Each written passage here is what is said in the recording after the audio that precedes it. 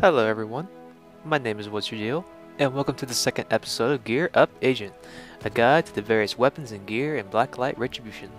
In today's episode, we'll be taking a look at the bolt-action rifle and the various secondary weapons in the game as well.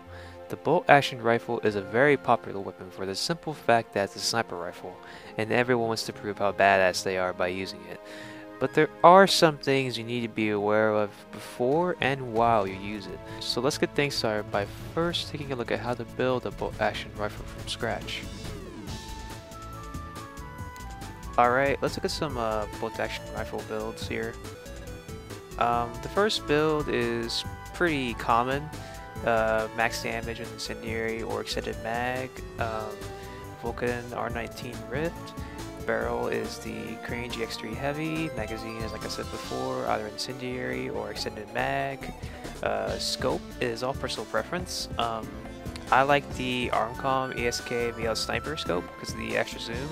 I said in my previous video I do worse with more zoom, but that only really applies to fully automatic weapons. For semi-automatic weapons and bolt-action rifle to be specific, I prefer to have about maybe 4 to 6 zoom.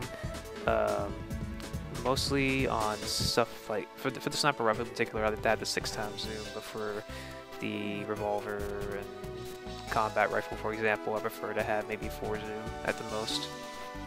But it's all about personal preference. Some scopes I recommend is obviously the ESK VL Sniper. Another one is the Fuse Image 7. And also the thermal variant, the EMI Fused Image IR. Another scope I recommend is the Silverwood CH-X25RM. Really good scope. Another good scope is the Crane Modulated. It's a little bit slower to scope in and it has less zoom, but for a level 1 scope, it'll do you pretty good until you get up to the higher levels. Really nice scope. Stock is Vulcan ACP3 Collapsible, and weapon tag is the increasing ammo count by 2, because that's roughly 40% of your clip size, which is a huge advantage. And with the extended mag, it ends up being 3 plus 2, so it's a total of 10 shots in one clip. That's a lot of shots, so it's really nice. But yeah, this is basically the standard build for people who aren't so great at headshotting. They just prefer to go body shots instead of headshots. So they either go with this or they go with the anti-material rifle, which I do use, but it's mostly for fun. It's mostly just for screwing around. I don't use it seriously. It's just when people are just being fucking douchebags with their 10-time material rifle. I feel like giving them a taste of real medicine just to see how they like it. Next build here and the build that comes after that are dependent on the way you prefer, a heavy build or a lighter build. In my case, I prefer to have a heavier build, or I'm starting to prefer a heavier build because of the more health, and I don't usually run around very much. I am more of a passive player when it comes to Blacklight, so I prefer to just have I prefer to this rifle in particular. The muzzle is the Vulcan R19 Rift. Barrel is the Briar Leatherneck. Magazine is extended mag. Scope is the personal preference, ASK VL. Stock is Vulcan ACP3 Collapsible. And weapon tag is increasing the ammo count by 2, because then I got 10 shots total. And the advantage of this build is that you have really good accuracy for firing from the hip, so it's basically a no-scoping gun. You can also put the Vulcan R36 Spectrum muzzle on here. You lose damage, but you gain accuracy for the hip, which is really nice. You can also change the stock to something else to give you a faster scope in time, like this one. But you get like a lot of recoil here, so it's a nice trade-off. It doesn't affect your spread from the hip, and it gives you a faster scope in time, and it gives you more run speed, but it does affect your recoil. So it's whatever you prefer. Personally, for every reason, I don't know why, but I find the collapsible to be the most reliable. So try both. The V2 folding CQC B and the 8 Vulcan collapsible, and see which one you prefer. It's either or, really. The next build is for lightweight players, or lighter build characters. It's for all about speed and staying on the move. So the whole point of this build is to prevent anything from slowing you down. Muzzle is the Crane SPR1. Barrel is the Silverwood SW09. Magazine is Light Mag, so that way it gives you a nice little boost in your run speed. With the extended mag, you lose quite a bit of run speed, so yeah, you want to go with the light mag. Scope is all personal preference. Stock is the Armcom CQC E mod. You can also go with the Frontier UI Ultralight, but you lose a lot of accuracy from firing from the hip, and you only get like reduced recoil, which really isn't much of a benefit. So I recommend the Armcom CQC mod, but try them out and see which one you prefer. It's whatever it's all about personal preference, and if you prefer this one over the Armcom, then that's fine. Weapon tag is, you can go with a lot of different tags actually for this build. You can go with a damage tag, you can go with a movement speed tag like what I did here. You can also go with a ammo count tag as well if you want an extra 2 shots. It's all about what you prefer. So to summarize here, this is pretty much the standard build for people who aren't so hot in their accuracy, so they go for body shots instead of headshots. And if you know how to aim really well, you really don't need that extra damage, nor do you need incendiary rounds, because if you know how to aim properly, you won't need to kill them with damage over time. They'll be dead with one hit because you go for a headshot. But if you prefer, if you go with your aim, you know what you're doing, I recommend you take the build whichever one fits your player character better. Light build means you focus more on speed and less on your health, so you want something that's going to keep up your speed, which is this build. Or if you're a heavier build, that means you focus more on giving yourself a lot of health but less speed, so you will make sure you have a gun that's reliable and can keep up, and it just does everything that you need it to do. And since you have more health, you can survive long enough to get that quick low no scope if you need to. And with all that out of the way, let's go ahead and get to some gameplay. Now, whenever I use the bolt action rifle, my general rule of thumb is to try to aim for the head. A lot of people will go for max damage builds and, you know, have incendiary ammo, and the truth is, you know, you can try to get as high as possible, but you'll still have some people which will take a second shot to kill. So just to ensure you put them down, you know, go for the head. The more you do it, the easier it becomes and the more natural it begins to feel. And once you get to a point where you're popping heads on a consistent basis, going for anything but headshots would just seem ludicrous. So while you're going for headshots, one of the things you may notice is that sometimes your headshots just simply don't count.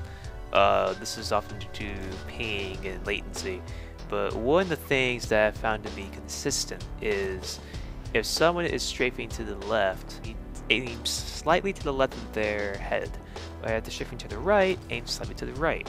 The reason for this is that the hitboxes actually move ahead of the models themselves. So if you aim for the hitbox as opposed to the model, your headshots will generally count more often. It's actually not uncommon in a lot of online multiplayer games. It's also pretty common in games like Team Fortress 2 and Counter-Strike and a few others.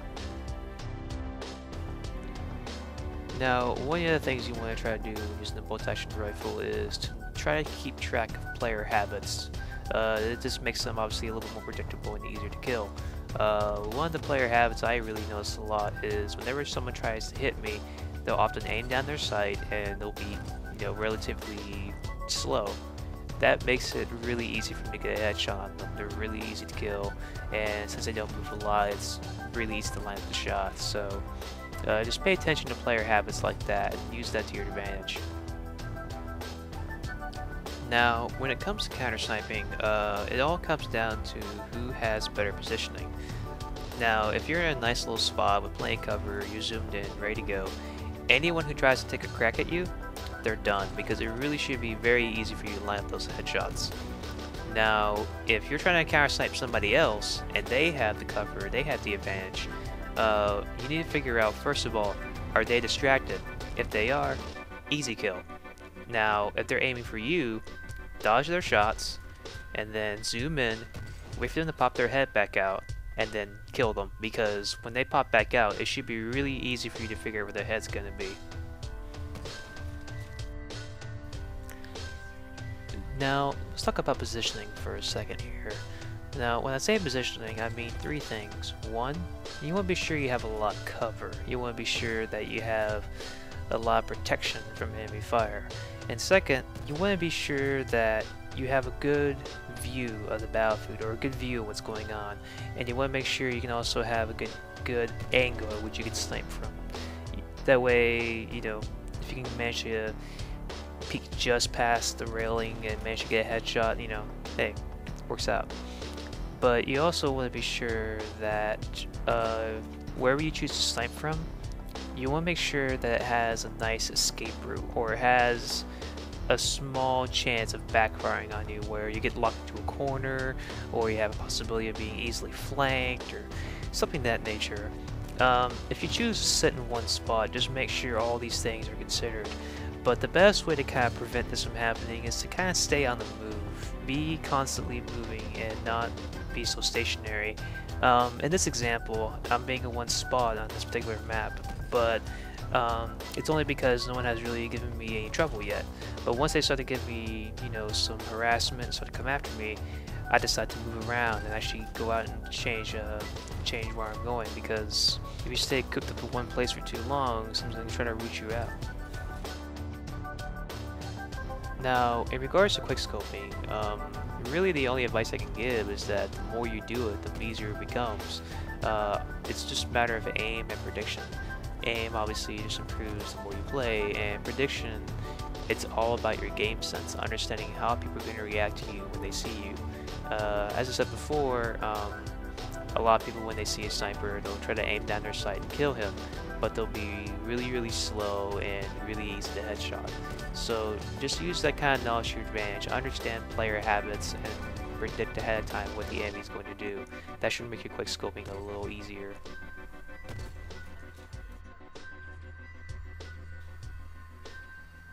Now, in regards to no-scoping, it's largely affected by your spread from the hip and maximum spread. The smaller the variables are, the more accurate it's likely to be, but there are some things you can do to improve your accuracy, such as when you're about to take a shot, stop moving and stand still and take the shot, or you can crouch, which will also improve your accuracy. Both those things will generally help out and make it a little easier to get those nice little no-scopes.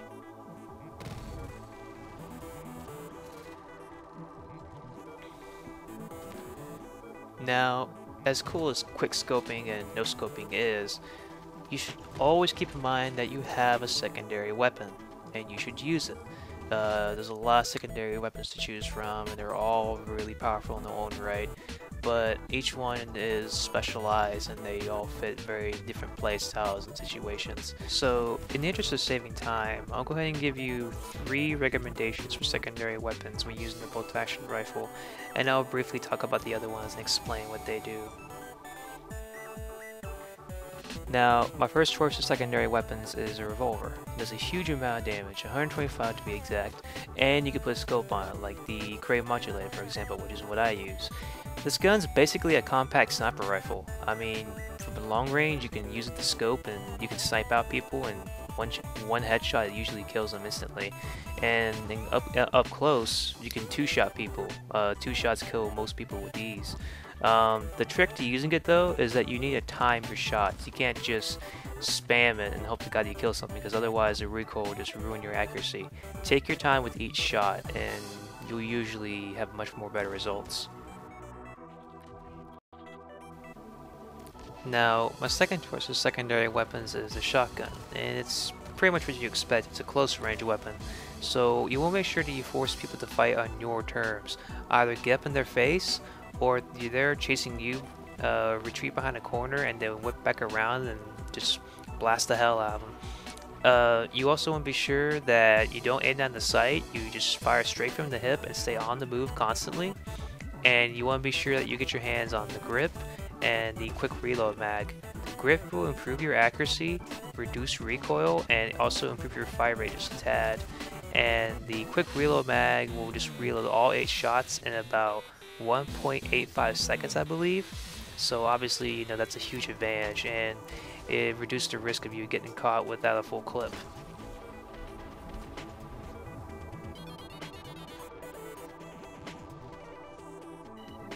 Now, my third choice for secondary weapons is the machine pistol. It's basically a miniature SMG.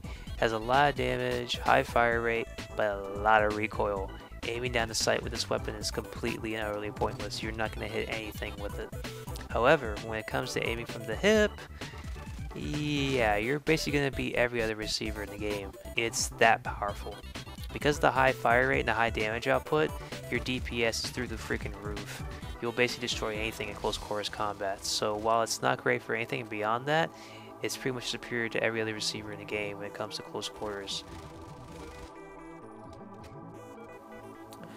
Alright, so let's take a look at the other secondary weapons. I already told you about the revolver, shotgun, machine pistol, but let's take a look at the other ones. The first one you get is the light pistol, and it's a pistol.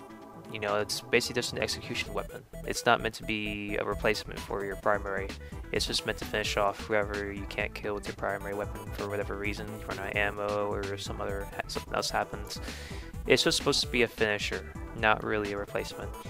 In that regard, it's not that great. I mean, I think there's better options in the light pistol because there's stuff like the shotgun and the revolver, the machine pistol, and some other options that really do a lot more and have a lot more utility and versatility overall.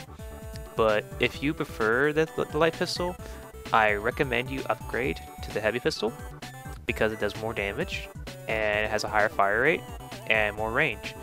The only real downside is that you have less shots per clip and a slightly slower reload, but both of these problems can be solved with the specific mag choice like extended mag or express mag or whatever.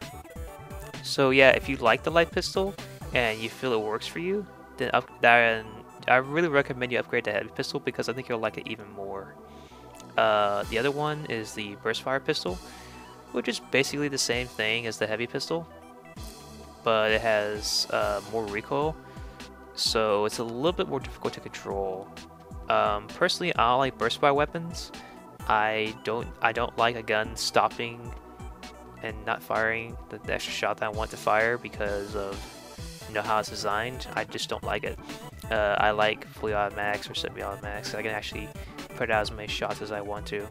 So, but hey, if you want to try it out, you might like it. It's basically a compact version of the burst fire rifle or the burst fire SMG.